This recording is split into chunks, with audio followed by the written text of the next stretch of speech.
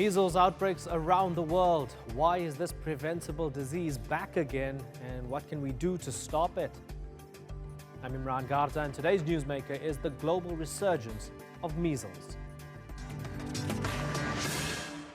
A high fever, cough, runny nose and red watery eyes. It's not hay fever or the common cold, but the early symptoms of a disease that only gets worse, and one that had been virtually eliminated in the Americas and much of Europe just a few years ago. Measles. But measles is now making a comeback. According to UNICEF, in the first 3 months of this year, more than 110,000 cases were reported worldwide. That's almost triple the amount from the same period last year. The vaccine to prevent the disease is 97% effective. But at the center of this brewing storm are parents who don't trust the science and would rather their children don't receive their shots. They believe these vaccinations provide little more than a shot in the arm of greedy pharmaceutical companies and can cause more harm than good.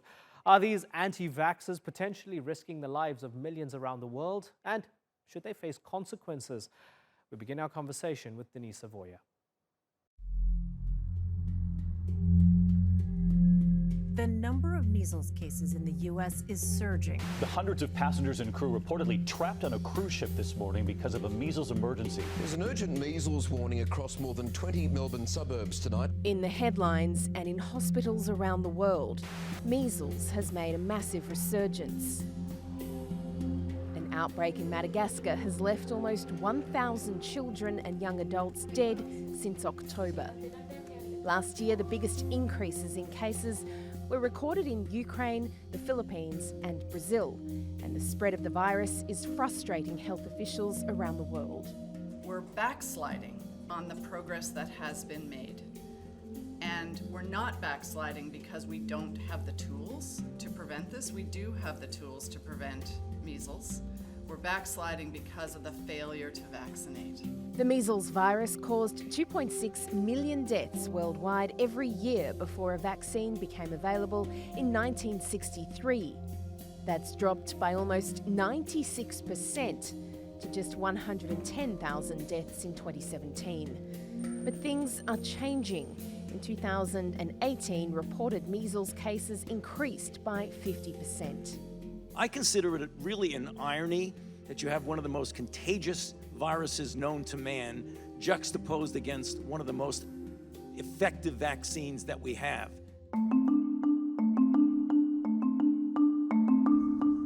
This year, the World Health Organization listed vaccine hesitancy as one of the 10 biggest threats to global health.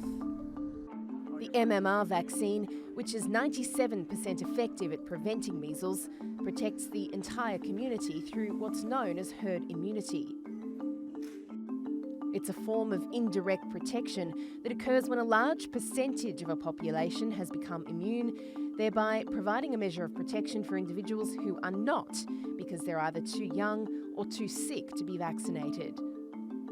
To reach herd immunity, health experts say 95% of children need to be immunised. Declining vaccination rates reduce that immunity, which means the virus is more likely to spread. In war-ravaged and developing countries, access to vaccines is a major hurdle. But in developed countries, it's not. Instead, there's been a significant increase in the number of parents questioning medical advice or ignoring it altogether. The challenge, I think, in today's world is that most people haven't seen this. And they haven't seen this because the vaccines are effective. You know, I understand sort of that hesitation if you have not lived through these times. We're sort of, in some ways, the enemy of our good work. That, combined with the rapid spread of fake news, is believed to be responsible for declining vaccination rates. When parents get much of their information about health care issues such as vaccines from the internet or from social media platforms such as Twitter and Facebook, reading uninformed opinions in the absence of accurate information can lead to really understandable concern and confusion in these parents.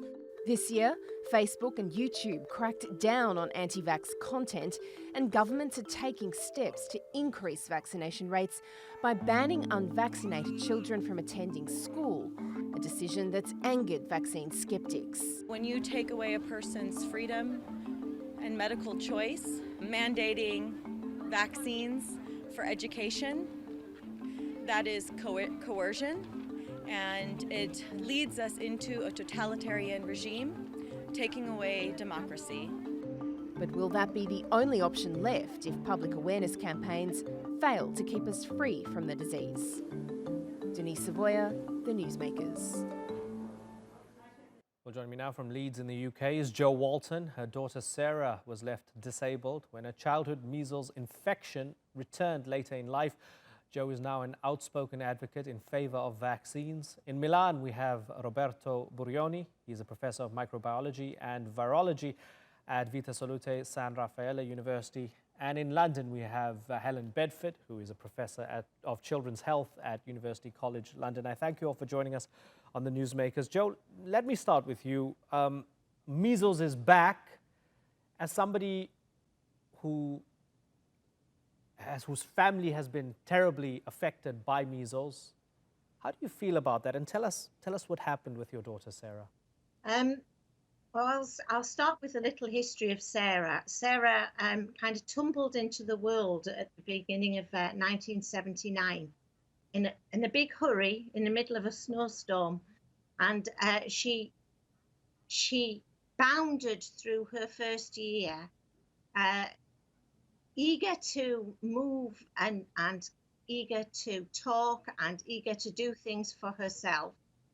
And then at the age of 11 months, she contracted measles. She wasn't particularly poorly with the measles virus when she had it. She was covered in spots, but she wasn't a grisly child, and she remained very happy, very content, and didn't lose very much sleep over it. Recovered very well. And she went on to have a very happy and normal childhood, went through school, and did very well. She was a bright, articulate, intelligent young woman who had a very great future ahead of her. And at the age of 25, halfway through a midwifery diploma, she started feeling ill and very rapidly deteriorated. And it took us from the back end of January, beginning of February, right the way through until September before we actually had the diagnosis, which is, as you know, a subacute sclerosing panencephalitis, which is caused by the measles virus hanging around in the system and eventually attacking the brain. So she has a degenerative terminal neurological disorder now, and she has been the way she is now for 14 years. So to hear that measles is back at the fore is really very upsetting and very disappointing. I feel very sad that the amount of information around about how devastating measles can be is no more or no better now, no better taken on board by parents than I didn't have access to the information there is now. So it's disappointing people aren't taking notice. And Jo, we can see Sarah over your shoulder there. If she had the ability to speak to us now, what would she say to those parents who refuse to vaccinate their children? Sarah, when she discovered what was wrong with her, was very sad that she was losing her future. But one of the things she kept saying to me was, Mum, this shouldn't happen to anybody else. I don't want anybody else to suffer. I'm going to suffer. It's avoidable. People should vaccinate. People should be educated. And she used to say to people who got upset around about her, don't feel sorry for me. I don't want you to feel sorry for me. Educate yourselves. Right. Roberto Burioni, the CDC, saying the US outbreak is the worst since '94. They have about 940 confirmed cases. The World Health Organization saying 112,000 confirmed cases of measles worldwide. It's bad. Is it clear that this can be attributed to misinformation and the fact that a lot of people are just not vaccinating, Roberto? Well, what happened in my country, in Italy, is really a clear demonstration of how bad can be the misinformation. We had a measles coverage decreasing during the years, and in 2015 we ended up at a level of let's say not advanced country, and the consequence was a measles outbreak in 2017 with more than 5,000 cases and several deaths. This is really unacceptable because measles can be swept away. Just it takes to vaccinate, which is a safe, it's effective. And let's say in Mexico, since 1996, they have no measles anymore. They have no SSPE anymore. So it's avoidable. But there is the wrong information that vaccines are dangerous, which isn't true, that measles is just, nothing. It's very, very mild disease, which is not true. So this is spreading mainly by social media, but also by doctors, at least in my country. So we need an action, a concerted action, by journalists, by a medical association, to keep our patients free from misinformation that can be literally deadly in some cases. Helen Bedford, to those parents who believe it in their hearts that they are right and that they're right to be cautious about not vaccinating their children, how do you convince them? I think we need to think about the situation in the UK, which is a country where vaccine confidence is high. And by the age of 5 years, 95% of UK children have had their MMR vaccines. So most parents in this country do vaccinate their children. There is a very small proportion, probably about 1 or 2% of parents who have no vaccines at all, and they're determinedly opposed to vaccination. And this is the group who it is quite difficult to convince that they should immunise their children. But there are other parents who have concerns and questions. And for these parents, often all that is needed is to have a conversation with a health professional who can address their concerns and answer them and allay their fears. Yeah.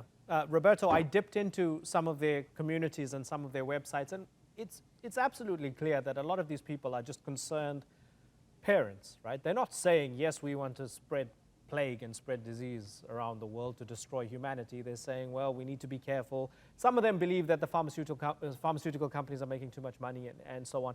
But for example, they give examples of one 5-year-old I was reading about, Holly Stavola, who got her second dose of MMR and then was paralyzed and died and so on. So they have a kind of kernel of truth and a germ of truth, and then they use these examples to say, be careful, don't go along with it. How do you actually then, A, convince people, and B, if they are not convinced, what do you do about that? Well, actually, in my country, at least, the real hard anti-vaccination people are not so many. A recent paper quantified them less than 1% of the population. I think these people are impossible to convince because they are not following logical paths. And as a scientist, as a doctor, I only have logical arguments to put in front of them, and they don't care about that. The problem is that they spread fear. I mean, it's very easy to scare parents, and so even if they are not so many, they are less than 1%. In the regions in Italy where they are very active, more than 20% of parents refuse, for example, measles vaccination, and this poses a very bad threat for the health of our community. I think that it's impossible to convince that let's say hardcore anti-vaxxers, but we need to convince all the parents that are undecided. And my experience that we need to be on the social media for doing that, because social media are an important source of misinformation. Roberto, are you aware of what happened in the Philippines with the dengue fever vaccine and how that translated to people not trusting measles? Because this is fascinating, because the dengue fever vaccine had bad side effects, which then led to people losing trust in all other vaccines, which has caused a measles explosion with a severe outbreak of 33,000. So it wasn't even the measles vaccine in the first place that made people hang a question mark over vaccines. How do you actually deal with that? That can only be dealt with, I guess, on a political level, right? Well, I think that all medical compounds can have side effects, and we had in the past all kind of drugs having side effects. Vaccines are for sure. Vaccines that are using now are for sure the safest compounds that we have at hand. They are safe, incredibly safe. So safe that it's difficult to calculate the frequency of the, let's say, serious side effects. And they are extremely effective. So we will need to communicate this, and we need also to remind how bad diseases are. Because vaccines are, in my opinion, victim of their own success. We don't see any more polio, and so people, they don't remember how bad polio is. They don't see any more diphtheria. But the reason we don't see diphtheria, we don't see polio, is because we vaccinate. Should we stop vaccination, we would see these terrible diseases again in our country, and we don't want to see it. Right. Joe Walton, across the pond from you, many American states allow exemptions for religious or philosophical reasons, right? So in the name of freedom of religion and choice, many parents can opt out legally. California put an end to this, but many other states continue to have this. So parents say, well, it's our right and it's our freedom not to vaccinate our children, and they go along with this. What's your message to those parents, Joe? I think what I would like to say to those parents is that you don't live in a bubble. Sadly, the decisions that you take for you and your children impact on other people's children too. Sarah caught measles from somewhere. It may have been from the nursery that she was attending at the time, because there were other cases. But it could equally well have been her me walking her down the road in her stroller, and she happened to pass by virus in the air from somebody else that had it and had walked past half an hour or an hour earlier. It's so easy to spread this illness. We have a responsibility as members of society to ensure that we are all protected, and not just to think about the little group within which we live. Helen Bedford, now the cat's out of the bag. There are, as we mentioned, more than 100,000 cases worldwide. What do we do? How do we find a way to re-eradicate measles? Well, we need different solutions in different parts of the world, because the causes of these outbreaks vary from country to country. In some places it's because of economic crisis or war. So there isn't just one reason that applies to all countries. But certainly what we need to be thinking about is improving access. So in the UK, most under-vaccination is because parents have difficulty accessing services. It may sound strange for a country like the UK, but if you have a number of children or you're a lone parent, just the practicalities of getting your children immunised can sometimes be difficult. So it's making services more accessible. It's a range of factors. There's no one thing that is going to solve the problem, but certainly we need to be advising parents about how serious measles is. And since a lot of the anti-vaccine material seems to be promulgated on social media, I think vaccine advocates need to be also very prominent on social media. Roberto Burioni, where should people be getting their information from? Well, obviously the first source should be the doctor, the family doctor, the physician. But, as a matter of fact, we see many people getting information from social media.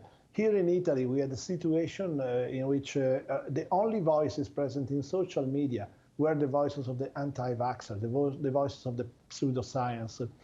Now, we as doctors, scientists, the medical community, we started being active on social media. And actually the situation improved. At least a parent can hear also the voice of science, the voice of, medicine. And so I think it's important, as my colleague just said, to be present on social media, to be prominent on social media, because it's very easy to spread the sense of danger. It's very easy to scare parents, and this can have a very, very bad effect at the very end of the story on the health of a community. And Roberto, should anti-vaxxers be punished? I personally, this is a personal feeling, I'm for freedom of speech and I don't think they should be punished.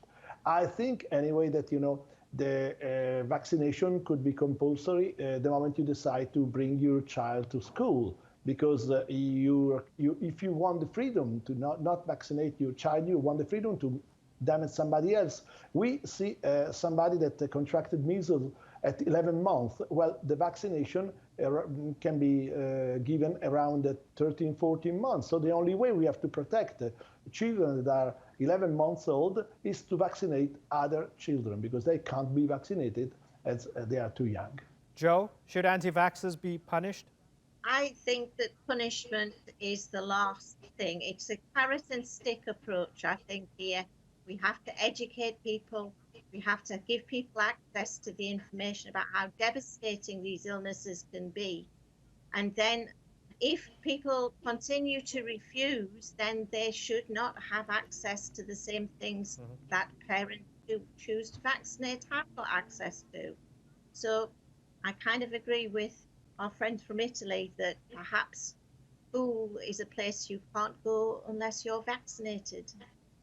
Helen, punishment, but only as a last resort, maybe? I don't think we should be going down the road of punishment because I think you might get a backlash if you did that and have more people coming out with those strong views. But in terms of whether a vaccination should be required for school entry, I like the causes of these outbreaks in different countries. It's very context specific. So in the UK, for example, we don't have any requirements for immunisation at all. It's a recommendation and we still have very high rates. And one of the problems about bringing in mandatory vaccination is you may have untoward consequences. So people who don't want to have their children immunised aren't going to get them immunised just because they can't go to school. They may set up their own unregulated informal childcare situations, which may be actually worse for a child. And what happens in those situations is it's often the most disadvantaged who become even more disadvantaged because the privileged will just find a way around it. They'll pay the fine or set up their own school. So it's always the disadvantaged who suffer most. Helen Bedford, Roberto Burioni and Joe Walton, great to have you all on the Newsmakers. Thanks for joining us.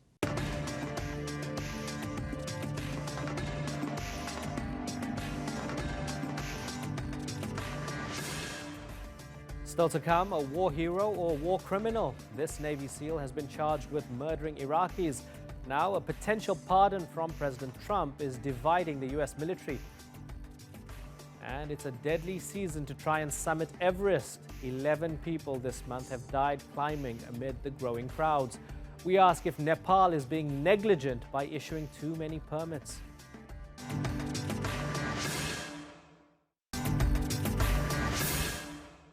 President Donald Trump is considering a pardon for several members of the U.S. military charged with war crimes.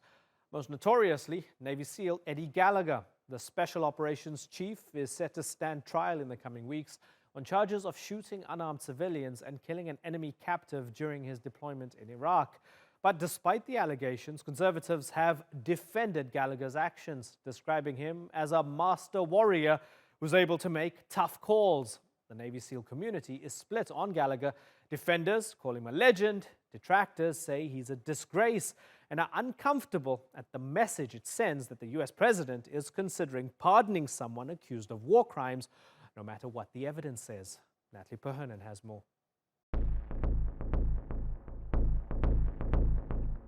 Why are you considering pardoning war criminals?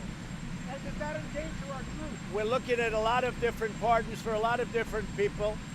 Some of these soldiers are people that have fought hard, long.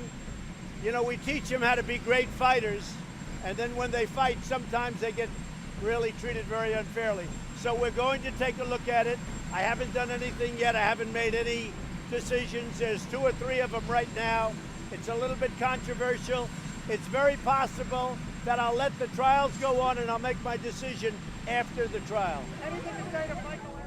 One of the soldiers President Trump is reportedly referring to is Special Operations Chief Edward Gallagher. He's a 19-year veteran and a decorated Navy SEAL. And he's accused of committing war crimes during his deployment to Mosul in Iraq in 2017. The Navy has charged him with premeditated murder and attempted murder. Gallagher's accused of stabbing a teenage Daesh captive to death and shooting at 2 unarmed civilians. He has pleaded not guilty to all charges and is awaiting court-martial. His family describes Gallagher as a war hero. They say he's being used as a political punching bag. His defense team argues the allegations were fabricated by disgruntled subordinates. While these accusations have been levied by a few, there are more than 4 times as many in Eddie's platoon who were there at these incidents that say it never happened. Number one, my husband is innocent. He has proclaimed his innocence all along. Gallagher's family say they didn't ask for a presidential pardon. In our case, we're ready to go to trial. We're ready to beat this on face value. We have the facts, the truth, and the evidence on our side, and this will be a huge black eye for the Navy. But the fact remains Trump has flagged up a possible pardon, and that's raised concerns among the military. Martin Dempsey, the former chairman of the US Joint Chiefs of Staff, said the wholesale pardon of US service members accused of war crimes signals to our troops and allies that we don't take the law of armed conflict seriously. Bad message, bad precedent, abdication of moral responsibility. Trump is the commander-in-chief. But if he decides to intervene in cases involving alleged war crimes, will that ultimately place justice at risk? Natalie Pohonen, The Newsmakers. Well, to discuss this, I'm joined now from Baltimore, Maryland by Gerard Wittstadt. He's a former U.S. Navy judge, advocate general. And in Charlottesville, Virginia, we have Waitman Wade Bjorn. He's a U.S. Army combat veteran who led a platoon in Iraq. He's now a genocide studies historian at the University of Virginia. Good to have you both on the program, gentlemen. Waitman, let me start with you. The very prospect of a presidential pardon for someone like Eddie Gallagher, how does that make you feel? I think it just sends a really dangerous message and dangerous signal to our allies abroad as well as to our military about what our president considers to be criminal behavior and also what he thinks of our military justice system, which is actually a pretty good one. So I think it's a very disturbing message, and I think that a lot of veterans like myself, as well as everyone else, is quite disturbed by it. Gerard, disturbing message? Not at all. First of all, we do not have all the facts in. Chief Gallagher has yet to have his day in court. And as the professor knows, in America under the United States Constitution, Chief Gallagher has a presumption of innocence. I personally have reviewed the facts that are available to me, which obviously are not all of the facts. There's certainly some classified information out there that we the public are not going to have privy to at this point. But I feel confident that President Trump is not going to have to pardon Chief Gallagher. Okay. I feel rather confident that he's going to be found not guilty. But the commander-in-chief saying that he would pardon him and even suggesting that no matter what the outcome might be of the trial, he's going to pardon him. Let's just, for the sake of our viewers, just a reminder again, Gerard, because you made a fantastic case for habeas corpus, for presumption of innocence. Yes, so a lot of people are saying, why not let this go to trial? Why does the president have to fiddle anyway?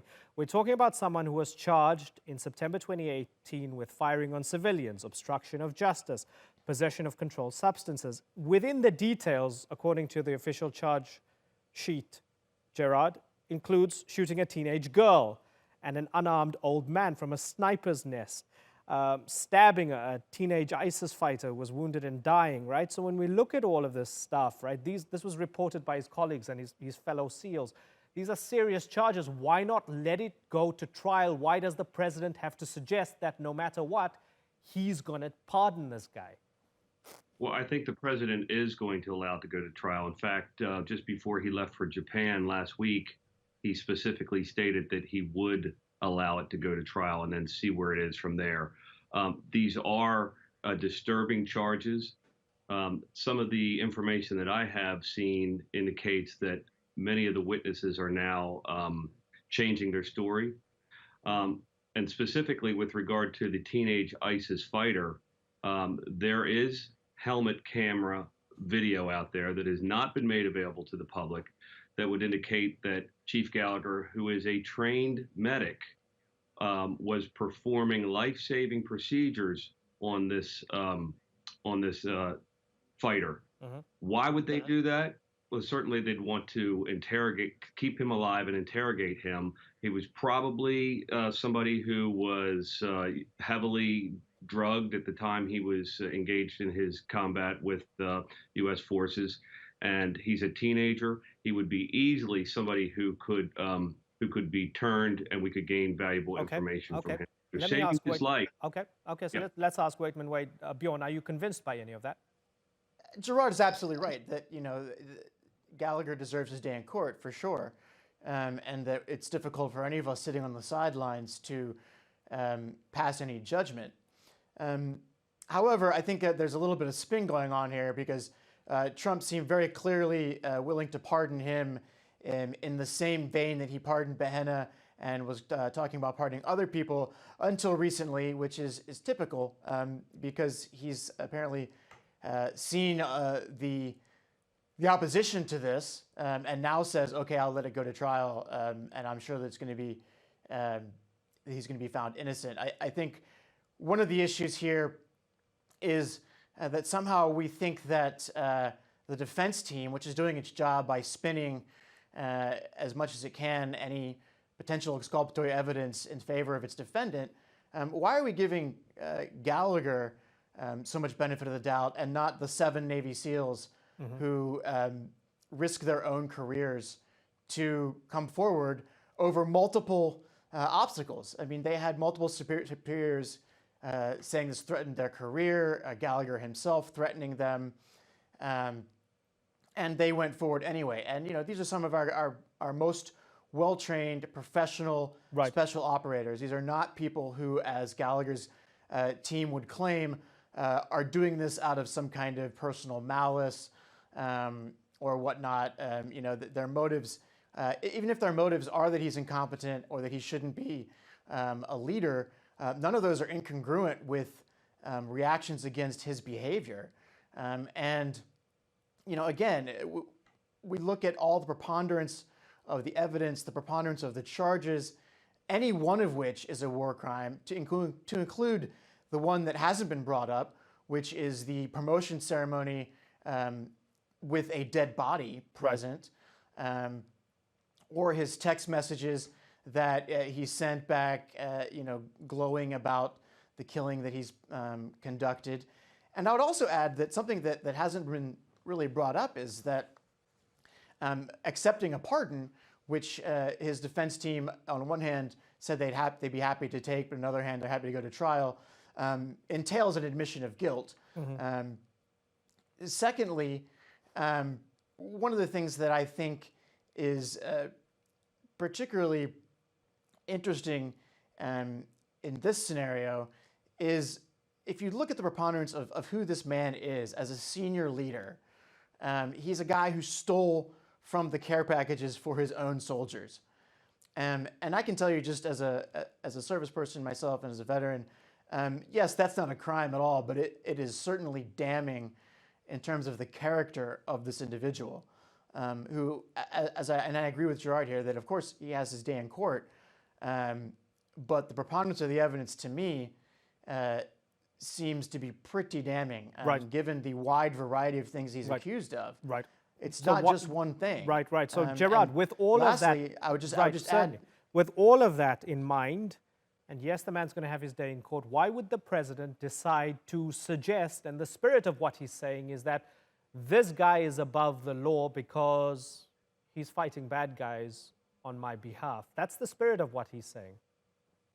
Well, let me just correct one thing the professor said. He used the term preponderance, and in the criminal justice system, that is not the burden of proof. A preponderance of the evidence in legal terms is 51%. In the criminal court, it is beyond a reasonable doubt, which is probably in the 97-98% range for a conviction. It is something that that you would consider to be of the highest value in your life when you come back, when a jury comes back and says guilty. So we first of all, we need to make sure that the standard is correct. And specifically with regard to your question, I don't think that the president is saying that he is above the law. I don't think that's what the point is here. The president has, under our Constitution, the widest range of power when it comes to presidential pardons. And I think it's interesting, though, that President Trump is using his presidential pardon power not at the end of his term, as most presidents do when they are on their way out of office. President Trump is using his presidential pardon power, in fact, as we gear up for a presidential election. So he's not afraid to use that power as we run up onto our election. It might benefit him to get reelected politically, right? I want to talk a little bit about the politics and the optics here. I want to talk about the lawyer defending Gallagher, because this is an attorney from a boutique law firm that was representing President Donald Trump not too long ago, including his family and the Trump organization.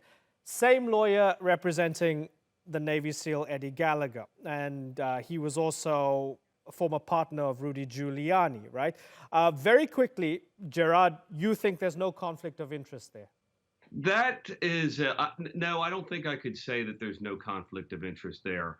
However, attorneys often use their personal relationships either with governors or presidents to obtain a presidential pardon. So probably not the cleanest situation, but certainly nothing that's unethical under the rules of professional responsibility. Not the cleanest. Let's have a little listen to Gallagher's wife on the question of the lawyer. Have a little listen. We knew Mark Mukasey had represented the president, but there's no direct conflict in my mind, and there's no direct connection. Mark Mukasey has not talked to the president. The president hasn't talked to him. So I think that this insinuation that a lawyer representing one individual that's also representing another is actually just stringing together a conspiracy that's non-existent. Wait, Bjorn, non-existent conspiracy cooked up by Trump's enemies, or something to look at? Well, I mean, I don't want to speculate on the relationship because I don't have any information, and that would be unfair. However, you know, given the way that we've seen Trump behave in other circumstances, I certainly wouldn't rule it out as a possibility. Really, I think that the more interesting piece is the very politicized use of this. The fact that it goes on Fox News and then Trump picks it up because he realizes that this is something that his base is interested in. The fact that one of the major supporters in the political realm of Gallagher is Representative Hunter, who literally, I think 2 days ago, just admitted that he had essentially, in many ways, committed a war crime himself by taking photographs and posing with dead bodies of enemy combatants, which is, again, one of the many things that Gallagher is alleged to have done. You know, so you can see a certain kind of people lining up behind Gallagher, whereas I would say that the true heroes in this case are the Navy SEALs, again, who have come forward to bring this to light. And, you know, it's one of those things that, you know, again, until it goes to court, we won't have a definitive answer. But, you know, looking at what we have available right now, there certainly seems to be an awful lot of credible testimony that makes this something that's very deserving of trial, and that Trump's insinuation last week that he was going to pardon these people because essentially the subtext is that, you know, they are good Americans, they're patriots, they're brave, they're in combat, and bad things happen in combat, which is not how 99% of our military behaves. I think that's really the key here. And what makes this just a devastating kind of message to be sending. As we try to answer, Gerard, where this came from, why Trump wants to do this, might the answer be in Fox News itself, whether it's Hannity's shows or Fox and Friends, Iraq War veteran Pete Hegseth on Fox and Friends, campaigning for Gallagher, and then you see, well, Trump watches and goes, that's something I should pick up on, and they set the agenda for him, and he decides to make a decision. Is that what's happening? I don't think so. And the reason I don't think so is that President Trump pardoned last week Michael Bahena. And I'm a regular Fox News watcher. I'm basically, a news junkie. And I do not recall seeing overwhelming coverage for Michael Bahena. I personally was not familiar with his case. I became familiar with Chief Gallagher's case through Facebook and the Free Eddie Facebook page that I felt was very compelling. There's a lot of information on that. So I don't think that Fox is driving the narrative when it comes to these presidential pardons. I think that Trump is following his own instinct and gut here and is not concerned with the political outcome of it. I just don't see the politics behind it. Okay, let's see what happens. Gerard Wittstadt and Waitman Wade, Bjorn, good to have you both on the Newsmakers. Thanks for joining us.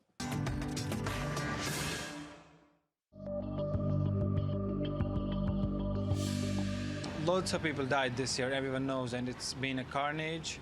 And I should say it has become a death race there, because there was massive traffic jam and people are pushing themselves who are not even capable of doing it. They do it, they try to summit.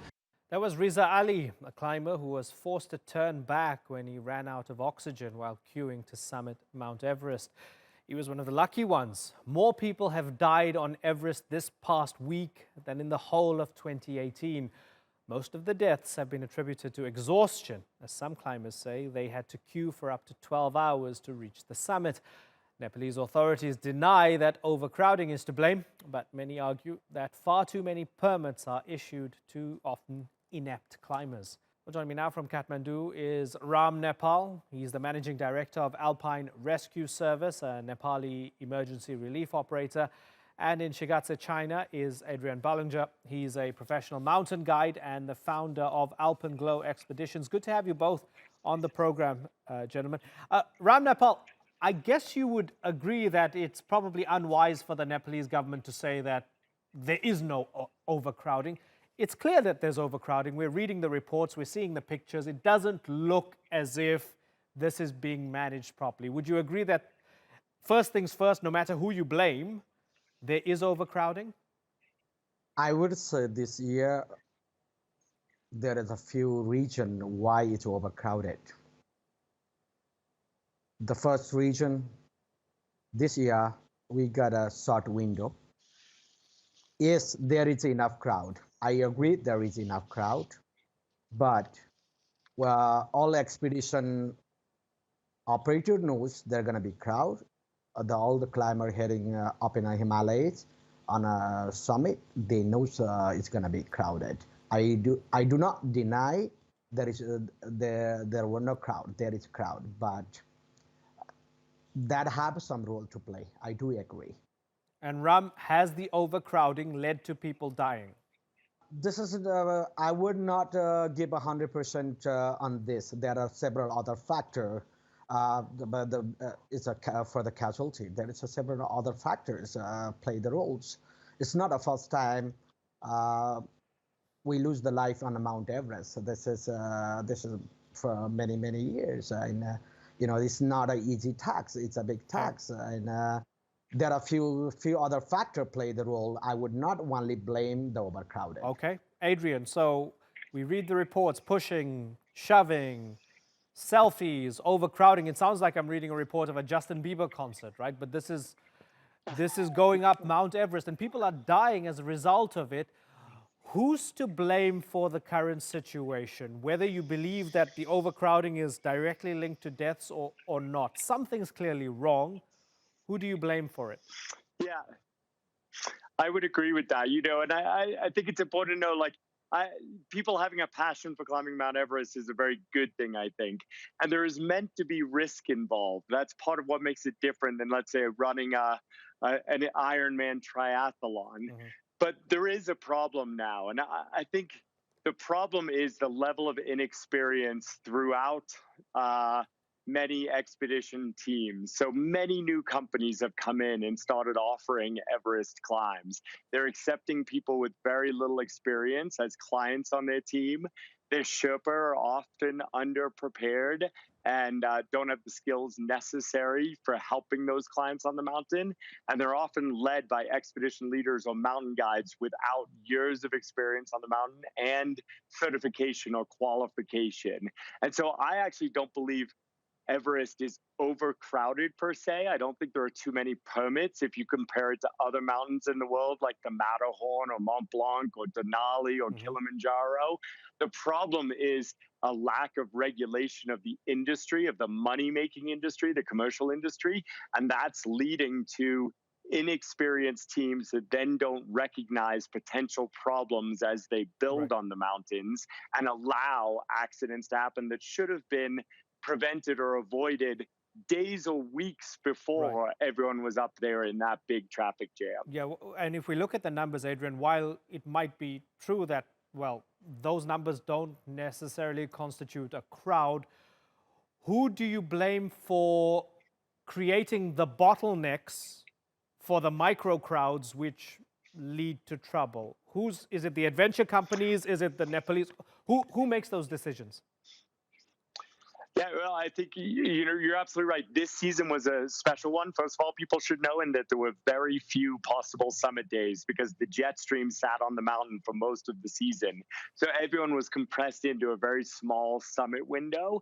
And then who's to blame? I really do believe it is the adventure companies or the outfitters that didn't prevent these problems from happening. There were lots of possible opportunities. My teams, for instance, saw the problem on the 23rd of May with too many people. We held our team at the highest camp on the mountain, had enough oxygen for everyone to be able to sustain for an extra 24 hours of waiting, and then went on the 24th of May when fewer than 40 people total summited the mountain from either side, China or Nepal. And we had a beautiful day. But there were too many companies up there following a herd mentality because they lack the experience to read the forecast, to make those difficult decisions for their clients, to say, no, you can't go today, even though it's potentially the best day when you look at the weather forecast. People have to make those hard decisions, and companies and expedition leaders aren't doing it, especially some of the younger, lower budget companies. And then that does fall back on the governments. China and Nepal are not stepping up and saying, this company shouldn't be here because of these reasons. This company is allowed to be there because of these experience reasons. And I really do believe the buck stops with Nepal, that they need to start regulating this industry beyond just what brings in the most money into the government. Ram, the man has made a good argument for regulation, right? Yes, I absolutely agree with him. The biggest problem we are facing, this chief expedition operator, they do not have a disaster management plan at all, except the few. Few are doing a good job. I absolutely agree with him. Yes. I was on Everest on 2017. I have the experience that on the ground. I've been in this industry for 25 years. I'm looking Mount Everest carefully. I have no single objection on his reservations. It's absolutely right. What the people want to do it today, summit the Everest. You know, they're not listening their body. They're not listening at all. And they paid the money. This is probably, they think is a once in a lifetime. They want to get to the summit without a backup plan. It's just for emergency. If there anything happen, they don't have a second plan because they're using the cheap operators. They Google in today, and they find the cheapest one and they want to go with it. And at the end of the day, all the government and Nepal have to get the blame. I am pretty sure the Nepal government have to do something here because they have to come with some kind of policy. At least these people need to have a general experience of the climbing mountain. You know, at least They attempt 6,000, 7,000, 8,000. That has to do step by step. And now the people come with the, with a wallet. I have this much money.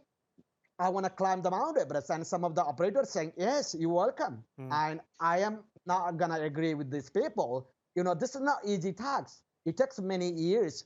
You need a lot of experience and need to get used to the altitude. It's 19,000 plus feet. And I agree with him absolutely. And, it's not about this casualty is not 100% caused by the crowd. I would say there may be the one or two cases maybe play the role. I cannot guarantee that, but definitely there are different other factors play the role. Okay, Adrian, for those people who might be watching who would love to climb Mount Everest, they've got the money, they've got the desire, but they're not physically fit, definitely not physically fit enough to climb Everest. What would you say to them? What's your message to them? Well, I think exactly what Ram said is absolutely right. So everyone who has this dream, they should start along the path towards Mount Everest.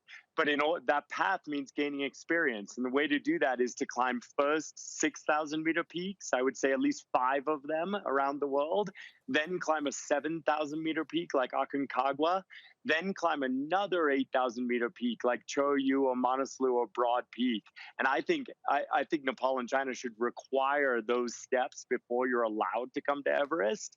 And if a climber or a client with a dream takes those steps, number one, they're going to gain fitness. Number two, they're going to gain experience. They're going to live through storms. They're going to live through failures and having to descend a mountain that they don't summit. And as they build those experiences, they're going to become more and more capable of being a competent team member on Mount Everest. Ram and Adrian, great to have you both on the Newsmakers. I thank you very much for joining us. And that's all for this edition of the Newsmakers with me, Imran Garda. Check out more of our stories on YouTube, Facebook, and Twitter. Remember to like, follow, and subscribe. Until next time, thank you for watching. Bye-bye.